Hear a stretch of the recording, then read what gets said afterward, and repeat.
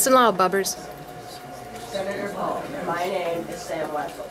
I am 12 and I have been speaking to politicians since I was 5, starting with Senator John McCain, including your father, who's a great guy by the way, and the president twice, the current president twice. And they all promised to help me and all others who have autism. But in 7 years, little, well, if anything, has changed. Can you be the one we can really count on? It is time for real action, not just talk. Thank you. Stay there, stay there, stay there. Your question was very well done, and I like the way you articulated it. And the only thing I'd say is I'm going to give you an answer you probably have never gotten before on this. Have you asked the same question to each other?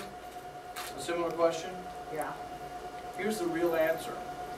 Government's never going to find. I'm not saying the government can't help, and I support some government help for autism. The answer is going to come from scientists. And politicians get in the way of most answers, but scientists will help with autism over time.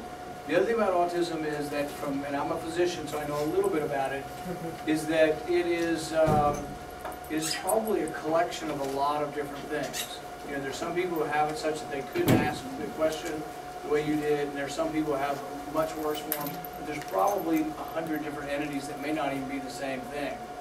We're still in I would say, the early stages of this, of learning and curing. But I think one thing that is really neat about what we have now is we now have MRIs, a type of X-ray of the brain, that can be performed while you're thinking and speaking. And so they can see what's called the physiology of the brain. It used to be you could take an X-ray of your bone and see your bone.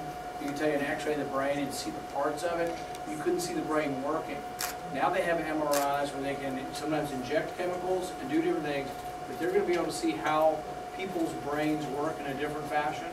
And I think within your lifetime we will come up with something. Just remember that some of the answers come outside of government. Not that government can't help, but there's a great deal of this challenge that will be done by scientists. And if you want to help, you go to school and be a scientist and help us. All right?